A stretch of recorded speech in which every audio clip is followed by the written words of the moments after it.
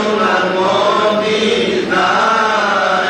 আশা পুরাও দয়াল রব্বানা বলেন আশা পুরাও দয়াল নবী গো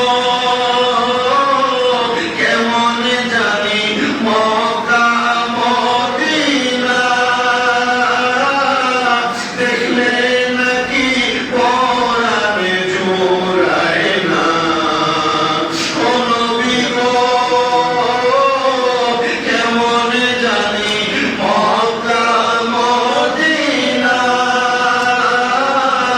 দেখলে নবী গো পরাণে জোড়ায় না স্বপ্ন যোগে ঘুমের ঘরে নবী স্বপ্ন যোগে ঘুমের ঘরে একবার দেখাও মদিনায় আশা পুরাও দয়াল রব্বানা বলেন আশা পুরাও দয়াল রব্বানা আমার বুঝে মনার বুঝে মানে না নবী বুঝে মনার বুঝে মানে না যাইতে চাই সোনার মদিনায় আশা পুরাও দয়াল রব্বানা বলেন আশা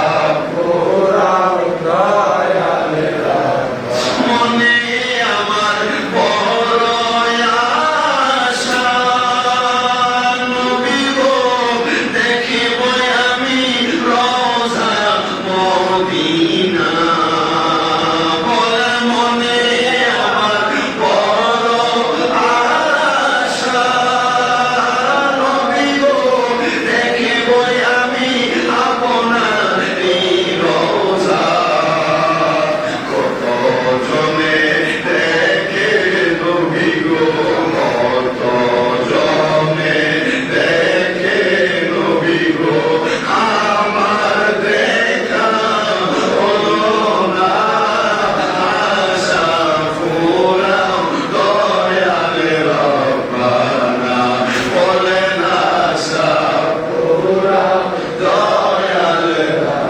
আমার বুঝে মনারে বুঝে মানে না নবী বুঝে মনার বুঝে মানে না চাইতে চাই সোনার মদিনায় আশা পুরাও দয়াল রব্বানা আল্লাহুম্মা সাল্লি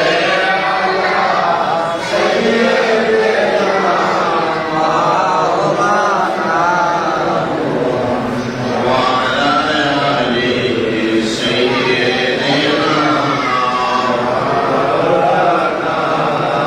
يا رسول الله يا رسول الله আমার নিদান কালে আমার নিদান কালে আসিবেন নবী গো আমার শিরে দেখিব আপনাকে নয়ন ভরে দেখিব আপনাকে নয়ন ভরে ইয়া রাসূলুল্লাহ ইয়া রাসূলুল্লাহ গোসল করাইয়া কাফন পরাইয়া গোসল করাইয়া কাফন পরাইয়া দিবে গোয়া মাই কবরে শোয়াইয়া আসিব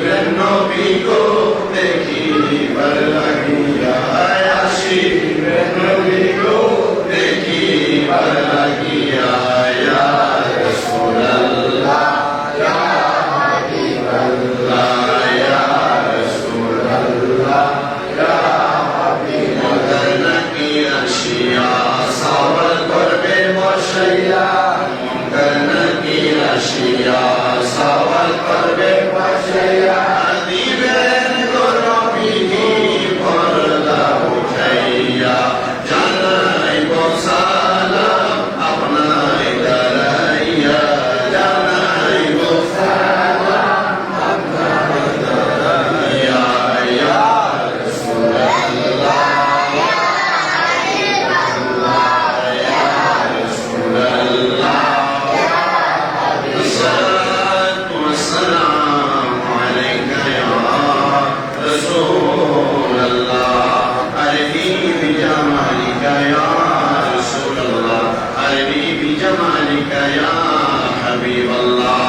সবাই সবার করে মুহাম্মদের আওয়াজে উচ্চ কণ্ঠে বলি আলহামদুলিল্লাহ।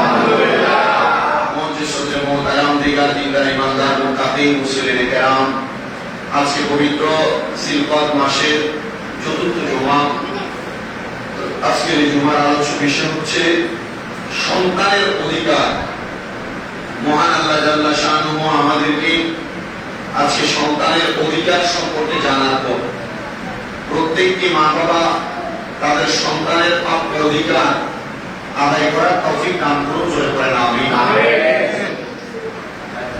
আমরা স্বাভাবিকভাবে সন্তানের অধিকার বলতে জানি হয়তোবা মা বাবা যে সম্পদের মালিক, এই সম্পদ সন্তানদেরকে সমান ভাগে ভাগ করে বুঝিয়ে দেওয়াই মনে হয় সন্তানের অধিকার, কিন্তু না, এই অধিকার সর্বশেষ অধিকার।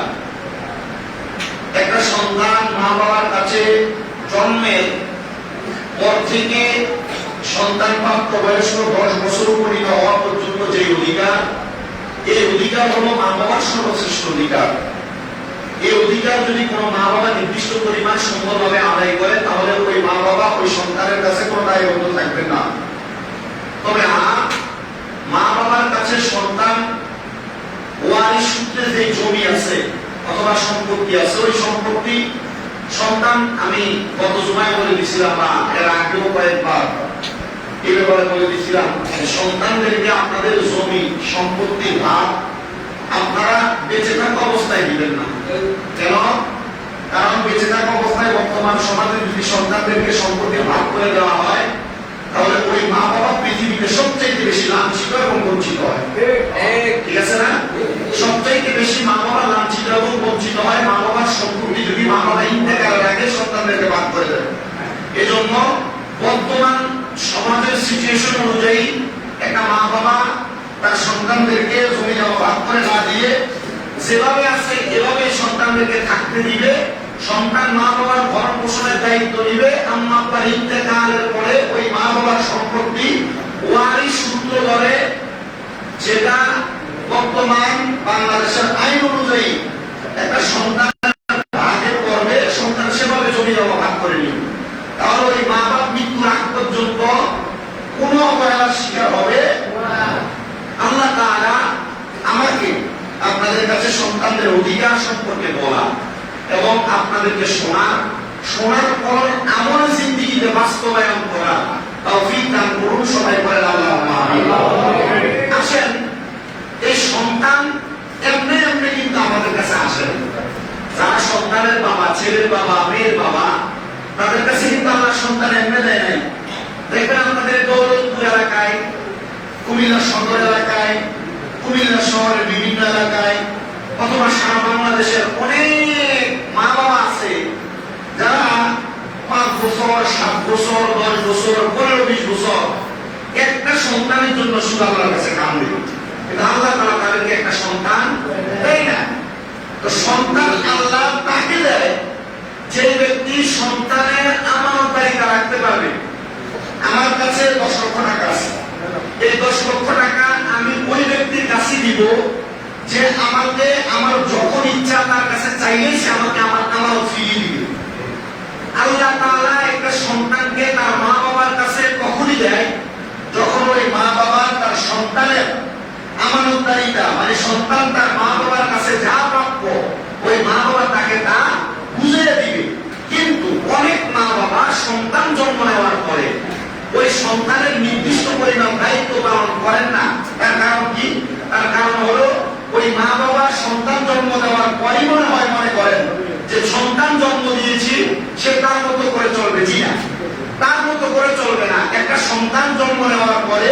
ওই সন্তানটাকে তার মা বাবা ভরণ পোষণের দায়িত্ব এমন ভাবে গ্রহণ করবে, এমন ভাবে সন্তানটাকে পরিচালনা করবে, ওই সন্তান ছোট থেকে 10 বছর বয়স পর্যন্ত হওয়া এই সময়টা সন্তান যখন তার প্রাপ্য হক মা বাবার কাছে পাবে, ওই সন্তান তার মা বাবাকে নির্দিষ্ট পরিমাণ সম্মান এবং নির্দিষ্ট পরিমাণ দায়িত্ব সন্তান পালন করবে।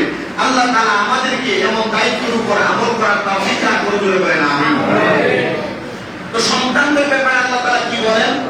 আন্নাল আওলাদা আমানাতুল্লাহি আলাইনা, একটা সন্তান তার মা বাবার কাছে আল্লাহর পক্ষ থেকে দেওয়া আমানত।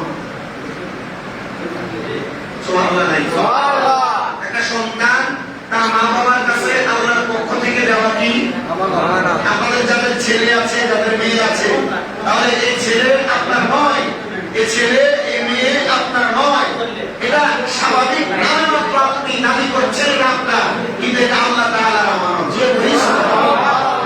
আসেন হাদিস শরীফের ব্যাখ্যাকারীগণ এবং মুহাদ্দিস আলেমগণ বলছেন, ওয়ালাহুম হুকুকুন কাসীরা, তাদের জন্য রয়েছে অনেক অধিকার। ওই অধিকারের মধ্যে ফাআলাইনা আন নাহফাযা হুকুকাহুম কামা উমিরা বিতারবিয়াতিহিম হুসনা ওয়া বিতালিমিহিম ওয়া বিতিজাহি রিজকি ওয়া কিসওয়াতি গায়রিহা। হ্যাঁ, আমাদের উচিত তাদেরকে উত্তম রূপে লালন পালন করা। কাদের? যারা সন্তানের মা বাবা, তাদেরকে কিভাবে লালন পালন করা? উত্তম রূপে লালন পালন করা। এই উত্তম রূপে লালন পালন করার কথা কেন বলছেন? নবীজি পরবর্তীতে একটা হাদিস শরীফ বলছেন, একবার শেষের দিকে নবীজি বলছেন, এই হাদিস শরীফের মাধ্যমে জানাচ্ছেন যে মান কুন্না লাহু সালাসু বানাতিন ইউহিহুন্না ওয়া ইয়ারহামুহুন্না ওয়া ইয়াকফুলুহুন্না ওয়াজাবাত লাহুল জান্নাতু আল বাইতাতা ইয়া রাসূলুল্লাহি ফাইন কানাত ইসনাইনি ক্বালা ওয়া ইন কানাত ইসনাতান ক্বালা ফারা বা'দুল কওমি আন লাউ ক্বালা লাহু ওয়াহিদাতান লা ক্বালা ওয়াহিদান। আল্লাহর হাবিব সাল্লাল্লাহু আলাইহি ওয়াসাল্লাম এই হাদিসটা মেয়েদের ব্যাপারে বলেন। রাসূল সাল্লাল্লাহু আলাইহি ওয়াসাল্লাম তার পূর্বে যে হাদিস বলেছেন, ওইখানে রাসূল বলেন যে হ্যাঁ, যদি কোনো পুরুষ তার পরিবারের জন্য সওয়াবের নিয়তে কোনো খরচ করে, এই খরচ করাটা আল্লাহ তাআলা সদকা মানে দান করলে যে সওয়াব, ওই সওয়াব তার আমলনামায় দিবেন। সুবহানাল্লাহ। কিন্তু নবীজি সাল্লাল্লাহু আলাইহি ওয়াসাল্লাম পরবর্তীতে বলেছেন, কাফা বিল মারই ইসমান আন ইউদাকিয়া মাইয়ুকাওয়াতু। আল্লাহর হাবিব বলেছেন, যে ব্যক্তি পরিবারের খাদ্যদানের দায়িত্ব রয়েছে, খাদ্য সরবরাহের ত্রুটি করাটাও অপরাধীর জন্য যথেষ্ট। কি অনেক মানুষ দেখবেন টাকা পয়সার মালিক, সে চাইলেই আজকে দুপুরবেলা মাছ দিয়ে মুরগি দিয়ে ভাত খাইতে পারে, কিন্তু এটা কাজটা ব্যক্তি, এটা পরিবারের জন্য টাকা খরচ করে না, কোন রকম শাক সবজি দিয়ে ভাত খায়। অনেক লোক দেখবেন সামর্থ্য আছে কিন্তু ভালো করে খায় না। এমন পরিবারের জন্য ইনকাম করে আইনা যদি সে খরচ না করে, তার ত্রুটি, আল্লাহর হাবিব বলছে এই ব্যক্তি অপরাধী। এই ব্যক্তি কি অপরাধী? তাহলে নবীজি সাল্লাল্লাহু আলাইহি ওয়াসাল্লাম বলে দিয়েছেন নাকি, তাহলে তার সন্তানদেরকে উত্তম রূপে লালন পালন করা, এটা মা বাবার কি কথা জানেন দায়িত্ব। আচ্ছা, 2 নাম্বার নবীজি সাল্লাল্লাহু আলাইহি ওয়াসাল্লাম বলছেন যে তাকে শিক্ষাদান করা।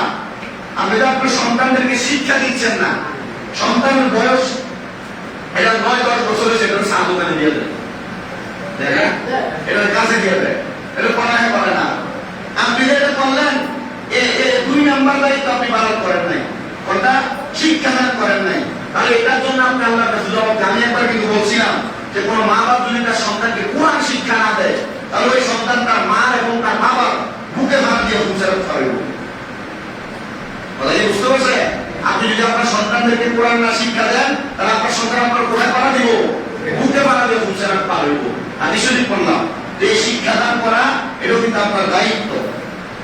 3 নাম্বার, সন্তানের আহার, বস্ত্রের, কাপড়ের ব্যবস্থা করা, এগুলো হচ্ছে সন্তানের হক। আল্লাহ তাআলা কি বলছেন এদের ব্যাপারে? ইয়া আইয়ুহাল্লাযীনা আমানু কু আনফুসাকুম ওয়া আহলিকুম নারা, যারা তোমরা ঈমানদার যারা আছো,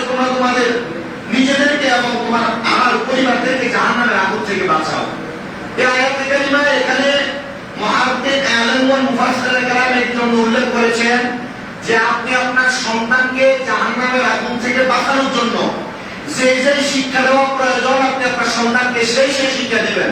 আর যদি আপনি শিক্ষা না দেন তাহলে আপনার সন্তান পথভ্রষ্ট হবে, জাহান্নামে যাওয়ার সম্ভাবনা আছে। যদি সন্তান জাহান্নামে যায়, ওই সন্তান সর্বপ্রথম আপনি বাবাকে, আপনি মাকে অপরাধী সাব্যস্ত করবে। কারণ কি? আপনি সন্তানের নির্দিষ্ট পরিমাণ দায়িত্ব পালন করেন নাই। যদি করতেন, ওই সন্তান জাহান্নামী পথে যাইত না, অবাধভাবে চলাফেরা করতো না, উলুটভাবে চলাফেরা করতো না। এই যে দেখেন রাস্তায় ছেলেরা, রাস্তায় মেয়েরা অবাধভাবে চলাফেরা করে, রাস্তায় ছেলেরা সিগারেট খায়, রাস্তায় অবাধ চলাফেরা, মুখের ভাষা খারাপ করে, এগুলোর জন্য কিন্তু তার মা বাবা দায়ী। কেন?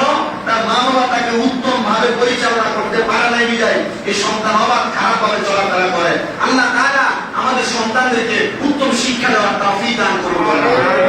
নবীজি সাল্লাল্লাহু আলাইহি ওয়াসাল্লাম আল্লাহ তাআলা কুরআনুল কারীম থেকে হযরত জালালউদ্দিন মুহল্লি রাহমাতুল্লাহ আলাইহি ওনার তাফসীরে জালালাইন শরীফের মধ্যে সূরা বাকারা 233 নম্বর আয়াতের তরজমা করতেছেন। উনি বলছেন যে মায়েরা তাদের সন্তানদেরকে, আমাদের কষ্ট হচ্ছে নাকি? মানুষ আসে জুমার দিন, কেউ আগে কেউ পরে আসে, তো এটা নিয়ে পিছনের দিকে তাকানোর কোনো কারণ নাই, ডাইভাবে তাকানোর কথা বলার কোনো কারণ নেই। শুধু কথাটা একটু মনোযোগ দিয়ে শোনার চেষ্টা করেন।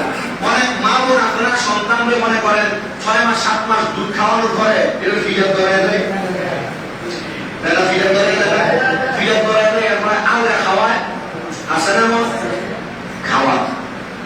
তো এটা জাস্টিফাই করে আমি কয়েকটা ডাক্তারি বিজ্ঞাপন আমি সোশ্যাল মিডিয়ায় স্বাস্থ্য এবং স্বাস্থ্য রক্ষার প্রতিকার অনেকগুলা ইউটিউবের মধ্যে এবং বিভিন্ন মিডিয়ার ভিতরে টিভি চ্যানেলের মধ্যে দেখবেন, এগুলার অনেক মারা কিভাবে তাদের সন্তান লালন পালন করবে আমি এগুলো দিয়েছি। তো দেখাতে দেখলাম মারা তাদের সন্তানকে দুধ খাওয়ানো বন্ধ করে দেওয়ার কারণ হইল ওনাদের শরীরের ফিগার, স্বাস্থ্য বা দেখার সৌন্দর্য নষ্ট হয়ে যাবে, এই জন্য সন্তানকে তার নির্দিষ্ট পরিমাণ দায়িত্ব পালন করে দুধ খাওয়ায় না। কথা বুঝতে পারছেন? এই জন্য খাওয়ায় না। কিন্তু আল্লাহর কোরআন, ওই যে সূরা বাকারা 233 নম্বর আয়াতের তরজমা জালালউদ্দিন সুয়ুতী রাহমাতুল্লাহ আলাইহি বলছেন, মায়েরা তাদের সন্তানদেরকে পূর্ণ 2 বছর দুধের দুধ পান করাবে, মানে 24 মাস। ডাক্তাররা পরামর্শ দিচ্ছে 24 মাস দুধ পান করাবে। যদি বাচ্চাকে দুধে তার পেট না ভরে, তাইলে পাশাপাশি অন্য খাবার দিবে, পাশাপাশি। আর মারা বর্তমানে পাশাপাশি অন্য খাবার খাওয়ায়, পাশাপাশি মন চাইলে দুধ পান করা, ঠিক আছে না? এটা করা যাবে না। এই জন্য আল্লাহ ঘোষণা করছেন যে একটা সন্তানকে তার মা পূর্ণ 2 বছর দুধ পান করাবে, পূর্ণ 2 বছর দুধ পান করাবে। তো দুধ পান যদি আপনি 2 বছর আপনার স্ত্রী না করায়, ওই ফুড যদি বড় হওয়ার পর তার মার সাথে খারাপ আচরণ করে, মনে করবেন যে তার মা তার দুধ পান করানোতে কোনো ত্রুটি ছিল, দুধ পান করানোতে কোনো ত্রুটি ছিল। আমরা হচ্ছে তার মা তার পরিপূর্ণ দুধ পান করায় নাই, নেশা করে যদি করে না, তাহলে নেশা করার কারণে লাভ হয়ে গেছে অলরেডি। আচ্ছা, নবী সাল্লাল্লাহু আলাইহি ওয়াসাল্লাম যে আয়াতে কারিমার মাধ্যমে জানাচ্ছেন, যদি তার মা বাবা এই দুধ পান করানোকে পূর্ণ করতে চায়, আর পিতার উপর দায়িত্ব হলো ন্যায়সঙ্গত ভাবে তার সন্তানকে আহার এবং বস্ত্রের ব্যবস্থা করা। একটা বাপের দায়িত্ব হলো ন্যায়সঙ্গত ভাবে, কিভাবে? আমার উত্তর দিয়ে একটা পিতার দায়িত্ব, কোরআনের আয়াত কিন্তু সূরা বাকারা 233 নম্বর আয়াত। একটা বাবার দায়িত্ব হলো সন্তানকে ন্যায়সঙ্গত ভাবে বস্ত্র এবং আহারের ব্যবস্থা করা। কিভাবে? ন্যায়সঙ্গত না, আহারের ভিতর কথা কিভাবে খাওয়ানো, একটা ন্যায়সঙ্গত, একটা অন্যায় ভাবে খাওয়ানো। পিতা দোকানদারি করে, পিতা রিক্সা চালায়, পিতা অটো চালায়, পিতা বিদেশ থাকে, পিতা বিভিন্ন কর্ম করে। এই কর্মটার ভিতরে কোনো চুরি নাই, এই কর্মটাতে কোনো হারাম নাই, এই কর্মটাতে সুদ নাই, এই কর্মটাতে ঘুষ নাই, এই কর্মটাতে পরের হক মাইরে খাওয়া নাই, এই কর্মটাতে জুলুম করার টাকা নাই। এটা ন্যায়সঙ্গত, এটা কি সঙ্গত? পিতার দায়িত্ব সন্তানকে কিভাবে খাবার দেওয়া, কিভাবে খাবার দেওয়া। সন্তান জানে আপনি ন্যায়সঙ্গত খাবার দিচ্ছেন। এবার আপনি যদি সুদের টাকা, ঘুষের টাকা হারামের টাকা, মানুষকে মিথ্যা বলে টাকা, মানুষের সম্পদ আহার করে নিয়ে টাকা, এক কথায় পরের হক মেরে দিয়ে সন্তানকে খাওয়ান। ওই সন্তান কিন্তু জানে আপনি একটা দায়িত্ব ন্যায়সঙ্গত ভাবে আপনি সন্তানকে খাওয়াচ্ছেন, কিন্তু মূলত আপনি হারাম খাওয়াচ্ছেন। সন্তান বলবে কার ময়দানে মাসরে যে বাবা তার সন্তানকে আহার করাইছেন তার নিজের অর্থ কামাই করা টাকা থেকে। সন্তান তখন বাবাকে জিজ্ঞেস করবে না তুমি আমার হারাম খাওয়াইছ, সন্তান বলবে তোমার দায়িত্ব ছিল তুমি খাওয়াইছ।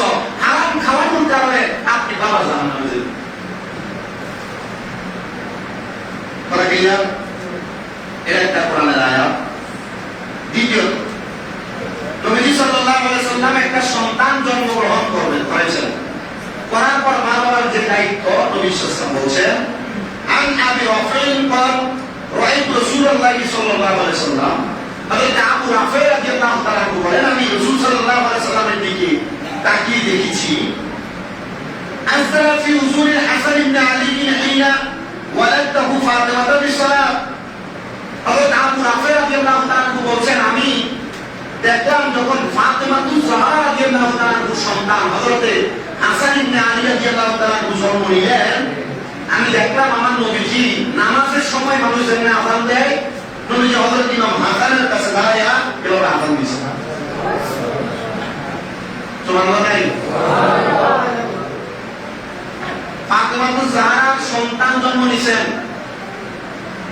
জন্ম নেওয়ার পর হযরত আবু রাফি' বলছেন রাদিয়াল্লাহু তাআলা বলছেন আমি দেখছি আযান দিলে নামাজের জন্য যেমন ভাবে আযান দেয় নবীজি হযরত ইমাম হাসান রাদিয়াল্লাহু তাআলা কান মোবারকের মধ্যে এমন ভাবে আযান দিচ্ছেন। তার কারণ কি? তাহলে নবীজি শিক্ষা দিচ্ছেন তোমাদের সন্তান জন্ম নিলে আযান দাও। সুবহানাল্লাহ। দুই নাম্বার, এটা হচ্ছে জন্ম নেওয়ার পর দায়িত্ব। নবীজি বলছেন ওয়ান হাফসা বিনতে আব্দুর রহমান রাদিয়াল্লাহু তাআলা ওয়া আন্না আয়েশা আখবারতা, হযরত হাফসা বিনতে আব্দুর রহমান বলেন আমি আম্মা আয়েশা সিদ্দিকা রাদিয়াল্লাহু তাআলা থেকে খবর পাইছি, শুনছি যে তিনি বলেন আন্না রাসূলুল্লাহ সাল্লাল্লাহু আলাইহি ওয়াসাল্লাম আমারহুম আনিল গুলামি শাতানি মুকাফিয়াতানি ওয়া জারিয়াতি শাম। নবীজি ঘোষণা করেছেন যখন কোন বাবার একটা ছেলে সন্তান জন্মগ্রহণ করে যেন ওই ছেলে সন্তানের পক্ষ থেকে একটা বাবা দুইটা প্রাপ্তবয়স্ক মানে 1 বছর বয়সী ছাগল আকিকা করে দেয়। যদি কোনো মেয়ে জন্ম নেয় ওই বাবা যেন তার সন্তানের পক্ষ থেকে একটা 1 বছর বয়সী ছাগল আকিকা করে দেয়। এটা কার দায়িত্ব? বলেন না কার দায়িত্ব? বাবার দায়িত্ব। কেন? আল্লাহ হাবিব সাল্লাল্লাহু আলাইহি ওয়াসাল্লাম বলেন যে তোমাদের সন্তান আকিকার মানদণ্ডের উপর রয়েছে। ইয়া রাসূলুল্লাহ কেন? নবীজি বলেন একটা কারণ যার গোলাম মুরতাহিন, যে তোমার সন্তান আকিকার উপর সামঞ্জস্য এবং সহবদ্ধ হলে এই কারণে যখন সন্তান জন্ম নেওয়ার পর তুমি আকিকা দাও, হোম দিয়ে দাও, রক্তটা প্রবাহিত হয়ে যায়। এই রক্ত প্রবাহিত হওয়ার কারণে সন্তানের যদিও এই নাবালক জন্ম হওয়ার সময় কোনো ত্রুটি বা সন্তানের কোনো বিপদ থাকে আল্লাহ তাআলা এই আকিকার মাধ্যমে সব বিপদ কাটেন। সুবহানাল্লাহ। এবার আল্লাহ হাবিব বলছেন আল গোলামু মুরতাহান বিআকিকাতিহি তুসবাহু আনহু ইয়াউমাস সাবিঈ। একটা সন্তান জন্মগ্রহণ করার 7 দিনের মাথায় তার মা বাবা তার জন্য আকিকা বা জবাই করবে। ওই দিনের মাথায় এখন আকিকা আলেমগণ ঘোষণা করছে 7 দিনের মাথায় অনেকে টাকা থাকে না, মনে করো সন্তান সিজার মরলে 35-40 হাজার টাকা হসপিটাল দেওয়া লাগে, টাকা থাকে না। ওই সময় তার মা বাবা কি করবে? এই জন্য একটা সীমাবদ্ধতা দিচ্ছে, যখন তার মা বাবার হাতে টাকা হবে তখন তার জন্য একটা আকিকা দিয়ে দেবে। 7 দিন সময় দিচ্ছে। এরপর বলছেন 7 দিনের মধ্যে আরেকটা দায়িত্ব হলো ওই মা বাবা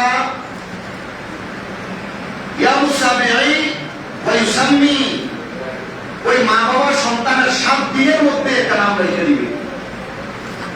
কয় দিনের মধ্যে নাম রাখবে?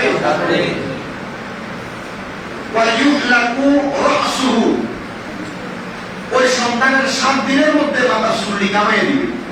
দেখার দায়িত্ব মা বাবার দায়িত্ব। 7 দিনের মধ্যে কি করবে? চুল কামাবে, নাম রাখবে, সামর্থ্যবান হলে আকিকা দিবে। ঠিক আছে না? এটা হচ্ছে 7 দিনের মধ্যে দায়িত্ব। এবার নবীজি বলছেন মুরু আওলাদাকুম বিসসালাতি ওয়া হুম আবনাউ 7 সিনিন, যখন তোমার সন্তানের বয়স 7 বছর হয়ে যাবে তখন থেকে তুমি তোমার সন্তানকে নামাজের জন্য রাখতে থাকবা। কয় বছর? নবীজি বলছেন ওয়াদরিবুহুম আলাইহা ওয়া হুম আবনাউ 10 সিনিন, যখন তার 10 বছর হয়ে যাবে তখন তুমি তার নামাজের জন্য মারবা। কি করবা? আর মায়ের ভিতরে দমকি তো দেখ না, কারণ আপনি দমক দিলেন কেমন? এখন আপনি যদি করেন ফুটে যদি উল্লে তুমি করবি আমাদের কথা ঠিক আছে না? উল্লে যদি তখন আপনি মুখ থাকবো বই, এই জন্য আপনি বুঝতে পারেন না। তাহলে 10 বছর বয়স হলে কি করবা? তো এই হাদিস শরীফটা আপনার কাছে এই ধরনের না যে 7 বছর বয়সে আমাদের কথা কইতে বলছে, 10 বছর বয়সে মা আমার কথা বলছে, তো নবীজি এই মাঝখানে 3 বছর বাকি রাখলেন। নবীজি কি জানেন না? নবীজি জানেন যে 7 বছর বয়স থেকে তারা বলতে বলতে সে যখন 7 বছর বয়স থেকে দপ্তরে 5 ওয়াক্ত নামাজ পড়বে না, আস্তে আস্তে যখন পড়া শুরু করবে এর 3 বছর তারা অভ্যাস হবে। 10 বছর বয়সে সে যদি চাইলে তখন মানলে একবারে না আমাদের এবার মার কারণে দিয়ে বুঝছি। এরপরে যখন সে প্রাপ্ত বয়স্ক হয়ে যাবে তখন তার মধ্যে একটা ডর ভয় কাজ করবে। ঠিক আছে না? আমরা বুঝাচ্ছি। এবার বলছেন নবীজি বলছেন যখন তার 10 বছর হয়ে যাব একটা মা বাবার দায়িত্ব হলো আর তোমরা তোমাদের বিছানা থেকে আলাদা করে দাও। কই থেকে আলাদা করবে? 10 বছর হয়ে গেলে কোথা থেকে আলাদা হবে? বিছানা থেকে আলাদা করে দিবে। এই বিছানা থেকে আলাদা করে দিলে সন্তান তখন তার প্রাপ্তবয়স্কের মূল ধারাবাহিকতা সে রক্ষা করতে পারবে। এই জন্য মায়া করে আদর যত্ন করে সন্তানকে 10 বছরের পরে বিছানাতে একসাথে রাখা যাবে না। পরবর্তী হাদিস নবী সাল্লাল্লাহু আলাইহি ওয়াসাল্লাম বলেন আদিবু আওলাদাকুম আলা সালাতাতিল খিসাল, তোমরা তোমাদের সন্তানদেরকে 3টা জিনিস শিক্ষা দাও। বলেন নবীজি বলেন একটা সন্তানকে কয়টা জিনিস শিক্ষা দিতে? ইয়া রাসূলুল্লাহ 3টা জিনিস কি? নবীজি বলেন হুব্বুনা বিহিকুম, তোমরা তোমাদের সন্তানদেরকে নবীর প্রেম শিক্ষা দাও। সুবহানাল্লাহ। তাহলে সন্তানকে মা বাবারে কি শিক্ষা দিতে কইছে? নবীর প্রেম 1 নাম্বার কইছে। 2 নাম্বার নবী বলেন ওয়া হুব্বি আহলি বাইতিহি, তোমরা তোমাদের সন্তানদেরকে আহলে বাইত মানে নবীর পরিবার ইমাম হাসান ইমাম হুসাইন মা ফাতেমা হযরত আলী রাদিয়াল্লাহু তাআলা এদের ভালোবাসা শিক্ষা দিতে কইছে। সুবহানাল্লাহ। নবী বলেন 3 নাম্বার ওয়া আলা কিরাআতিল কুরআন, তোমরা তোমাদের সন্তানদেরকে কোরআন তেলাওয়াত শিক্ষা দাও।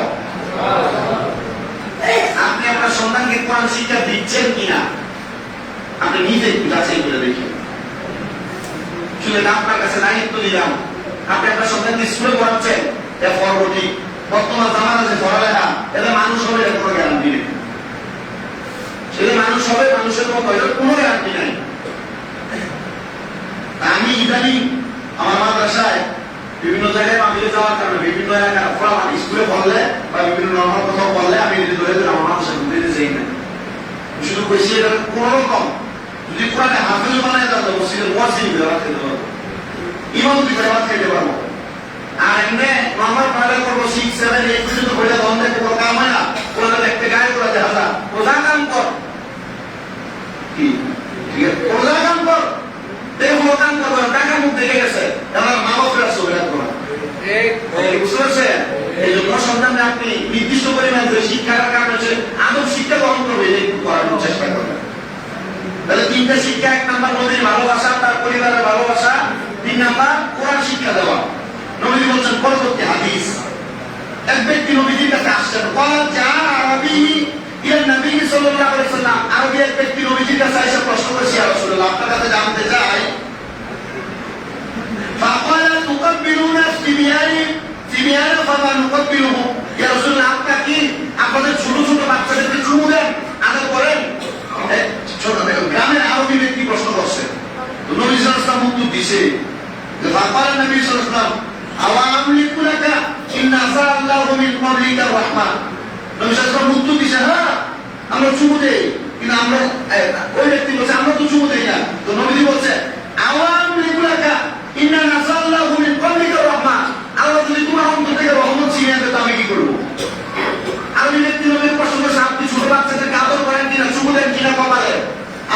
কেন? নবীজি বলছে আমরা দেই, তোমরা দেও না, তোমাদের অন্তরের ভিতর থেকে আল্লাহ রহমত উঠিয়ে দিয়েছেন। তাহলে ছোট বাচ্চাদেরকে কি করবে? হ্যাঁ না, ওরা খেলতে হবে, আমি রুঙ্গের দিকে খাই যাবে চলে গোষ্ঠী ওরা বাইন্দ খেলবো, দুষ্টামি করা মান করবো, এরা সুন্দর করে একবার বিষয় দিতে হবে। ঠিক আছে না? ঠিক আছে না? এরপর আসে নবীজি সাল্লাল্লাহু আলাইহি সাল্লাম এবার সন্তানদেরকে কি শিখানোর কথা বলছে? বলছে লাআন ইউআদ্দিমা রাজুলা ওয়ালাদাহু খায়রুম মিন আন ইয়াতাসাদ্দাকা বিসওয়াই। নবীজি সাল্লাল্লাহু আলাইহি সাল্লাম বলছে একজন পুরুষ তার সন্তানদেরকে আদব শিক্ষা দেবে। কি আদব শিক্ষা? মনে করেন আপনার ছেলে আপনার পাশে বসে, আপনি খুদের সাথে গান শিখেলেন, সবাই বুঝতে পারছেন আপনারা? এই ছেলের সামনে আপনার বউরে আপনি যত রকমের গালা গাইছে আপনি এগুলা করেন। আবার আপনি বাপ এই ছেলের দাদার সামনে, মনে করেন আমার ছেলে আমি আমার বাপের সামনে গালাগালি করতেছি, তখন আপনার ছেলে আপনার সামনে আরেকজনে গালি দিব। এমন কোন ভুল, এমন কোন বেয়াদবি চলার পথে উল্টা পাল্টা চলাফেরা, এগুলো বাদ দিয়ে ছেলেদের আদব ভদ্রতা যে কাজটা করলে আপনি এটা শিক্ষা দিবেন। নবীজি বলছেন এটা শিক্ষা দিলে কি হইব? নবীজি বলছেন ওয়ালাদাহু খায়রুম মিন আন ইয়াতাসাদ্দাকা বিসওয়াই। ৬০ কেজি পরিমাণ আল্লাহর রাস্তায় দান করলে যে সওয়াব, একটা সন্তানরে একটা আদব শিক্ষা দিলে এই সওয়াব। সুবহানাল্লাহ। আপনার ছেলে রাস্তায় হট করে ফুক করে থুতু ফালাইয়া দিছে, আপনি আপনার ছেলে বলে দিবেন বাবা এভাবে ফালাইও না, রাস্তার ধারে যায় কেউ নাই এরপরে আসতে দিয়ে থুতু ফালাইবা, এটা একটা আদব। আপনিও চলে গেলেন, আপনার ছেলেও চলে গেল, রাস্তার মুরব্বী চলে গেছে, সালাম দিল বাবা, এখন থেকে যাকেই রাস্তায় দেখবা তাকে সালাম দিবা, এটা আদব। আপনার ছেলে আপনার স্ত্রীর সাথে বড় গলায় কথা বলছে, বাবা বড় গলায় কথা বলো না, এটা বেয়াদবি, মার সাথে ভদ্রতা বজায় রেখে কথা বলবা, এটা আদব। নবীজি বলছে এমন একটা আদব শিক্ষা দেওয়া, এই আদব শিক্ষা দিয়ে একবার একটা আদব শিক্ষা দিয়ে ৬০ কেজি আল্লাহর রাস্তায় দান করে যে সওয়াব, তেমন সওয়াব। সুবহানাল্লাহ। নবীজি সাল্লাল্লাহু আলাইহি ওয়াসাল্লাম বলছেন পরবর্তী হাদিস,